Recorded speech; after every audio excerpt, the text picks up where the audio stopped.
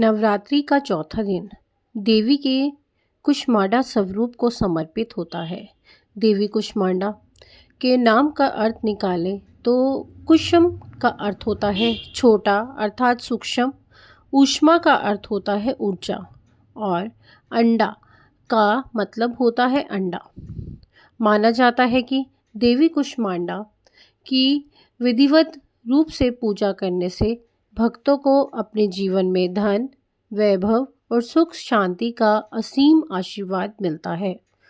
चलिए आज अपने इस वीडियो के माध्यम से जानते हैं कि माँ कुष्मांडा के रूप से जुड़ी महत्वपूर्ण बातें। साथ ही जानते हैं कि नवरात्र के चौथे दिन किस विधि से पूजा करके आप माँ का आशीर्वाद अपने जीवन में प्राप्त कर सकते हैं। उन्हें किसी वस्तु का भोग लगाया जा सकता है। साथ ही जानेंगे कि इस दिन किए जाने वाले उपायों की भी संपूर्ण जानकारी। सबसे पहले बात करते हैं माँ के स्वरूप की। तो माँ कुष्मांडा की 8 भुजाएं होती हैं, जिनमें उन्होंने चक्र, गदा, धनुष, तीर, अमृत कलश, कमंडल और कमल लिया हुआ है। माँ कुष्मांडा शेरनी की सवारी करती हैं। माँ कुष्मांडा की पूजा का ज्योतिषीय महत्व क्या होता है? अगर आपके मन में भी इस तरह के सवाल हैं तो आपकी जानकारी के लिए बता दूं कि कहा जाता है कि माँ कुष्मांडा सूर्य का मार्गदर्शन करती हैं। ऐसे में माता की पूजा करने से व्यक्ति के जीवन में सूर्य के दुष्प्रभाव को दूर किया जा सकता है। देवी के विभिन्न स्वरूपों की पूजा का अलग अलग और विशेष महत्व बताया गया है। ऐसे में बात करें माँ कुष्मांडा की पूजा के महत्व की तो कहा जाता है कि जो कोई भी भक्त माँ कुष्मांडा की पूजा करता है, उनके सभी रोग, शोक और दुख मिट जाते हैं। ऐसे भक्तों को आयु, यश, बल और आरोग्य जीवन का वरदान प्राप्त होता है। माँ कुष्मांडा के बारे में कहा जाता है कि माँ का ये स्वरूप बेहद थोड़ी सी सेवा और भक्ति से प्रसन्न हो जाने वाला देवी होती हैं। ऐसे में अगर आप सच्चे मन से माँ के भक्त बन जाएं, तो इससे माँ आपके जीवन में अत्यंत सुगमता और सुख समृद्धि प्रदान करती हैं। इसके साथ ही देवी कुष्मांडा पढ़ने वाले छात्रों की बुद्धि, विवेक में वृद्धि करती हैं। माँ कुष्मांडा के प्रिय भोग की बात करें तो माँ कुष्मांडा को कुमराहा अर्थात पेठा बहुत प्रिय होता है। ऐसे में माँ की पूजा में पेठे का भोग लगाना विशेष रूप से फलदायी माना जाता है। अगर आप नवरात्रि के चौथे दिन की पूजा में सफ़ेद समूचे पेठे की बलि चढ़ा सकते हैं तो इससे बेहद ही ज़्यादा शुभ माना गया है। इसके साथ ही आप चाहे तो देवी के मालपुए और दही के हलवे का भी भोग लगा सकते हैं। देवी कुष्मांडा का पूजा मंत्र ओम देवी कुष्मांडे नमः या देवी सर्वभूतेषु माँ कुष्मांडा रूपेण संस्थिता नमस्तस्यै नमस्तस्यै नमस्तस्यै नमो नमः। नवरात्रि के चौथे दिन अवश्य करें यह अचूक उपाय। नवरात्रि के चौथे दिन माँ दुर्गा के कुष्मांडा स्वरूप का विधिवत रूप से पूजा करें।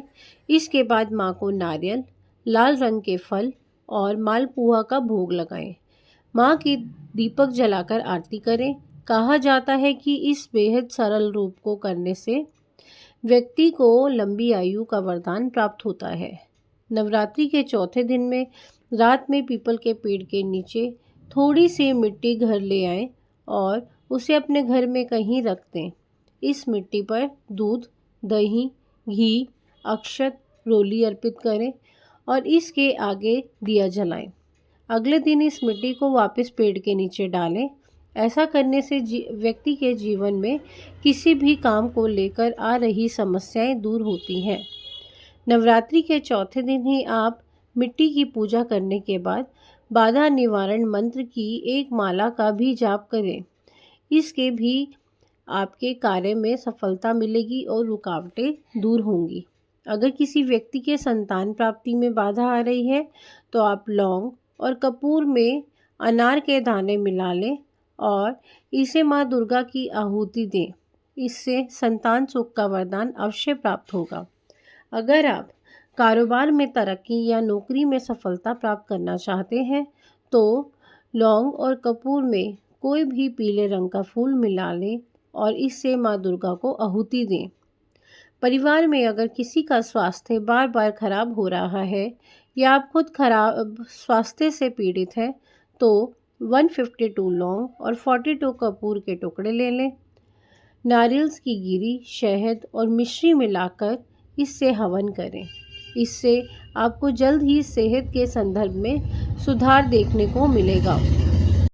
अगर किसी व्यक्ति के जीवन में विवाह से संबंधित रुकावटें बनी हुई हैं तो नवरात्रि के चौथे दिन 36 लौंग और 6 कपूर के टुकड़े लेकर इसमें हल्दी और चावल मिलाकर इससे माँ दुर्गा की आहुति दे दें। आहुति से पहले लौंग और कपूर पर बाधा निवारण मंत्र की 11 माला का जाप करें। इससे जल्द ही विवाह के योग बनने लगते हैं। देवी कुष्मांडा के बारे में ऐसी मान्यता है कि सब सृष्टि नहीं थी तो चारों तरफ अंधकार ही अंधकार था, तब देवी ने कुष्मांडा स्वरूप ने अपनी हंसी से ही ब्रह्मांड की रचना की थी। इसलिए इन्हें सृष्टि की आदि स्वरूप या आदि शक्ति का नाम भी दिया जाता है। इसके अलावा माँ के बारे में कहा जाता है कि माँ कुष्मांडा सूरज के घेरे में रहती हैं और सिर्फ देवी के अंदर ही इतनी शक्ति है कि वे सूरज की तपिश को सह सकती हैं। यहाँ यह भी जानना बेहद आवश्यक है कि नवरात्रि के चौथे दिन का पीले रंग के साथ विशेष महत्व जोड़कर देखा जाता है। अगर आप कर पाएँ तो इस दिन की पूजा हमेशा पीले रंग के वस्त्र पहनकर ही करें। माँ की पीले रंग के फूल, फल, वस्त्र आदि अर्पित करें तो आपको माँ की प्रसन्नता निश्चित रूप से हासिल होगी।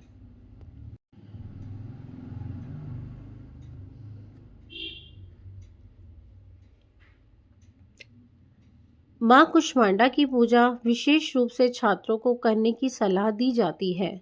कहा जाता है कि माँ की पूजा करने से पढ़ाई वाले छात्रों का बुद्धि और विवेक तेज होता है और पढ़ाई में ज़्यादा मन लगता है।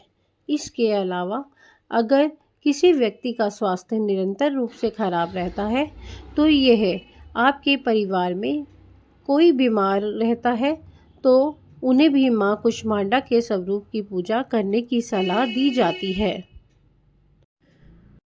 देवी कुष्मांडा से समर्पित पौराणिक कथा की बात करें तो कहा जाता है कि सृष्टि की उत्पत्ति से पहले जब हर तरफ अंधकार था और कोई भी जीव जंतु नहीं था तो माँ दुर्गा ने इस ब्रह्मांड की रचना की थी। इसी के चलते इन्हें कुष्मांडा कहा जाता है। सृष्टि की उत्पत्ति करने की वजह से इन्हें आदि शक्ति का नाम भी जाना जाता है। माँ के इस स्वरूप का वर्णन करते हुए शास्त्रों में लिखा है कि देवी की 8 भुजाएं हैं और सिंह पर सवारी करती हैं। माँ दुर्गा के कुष्मांडा रूप की पूजा अर्चना करने के लिए आप जाप कर सकते हैं, जिसका अर्थ होता है कि अमृत से परिपूर्ण कलश को धारण करने वाली और कमल के फूल से युक्त तेजोमयी माँ कुष्मांडा हमें हर कार्य में शुभ फल प्राप्त करे। अगर आपको मेरी वीडियो अच्छी लगी हो तो लाइक कीजिए, शेयर कीजिए, सब्सक्राइब कीजिए और बेल आइकन को ज़रूर प्रेस कीजिए ताकि आने वाली वीडियो की नोटिफिकेशन आप तक सबसे पहले पहुँचे। धन्यवाद दोस्तों।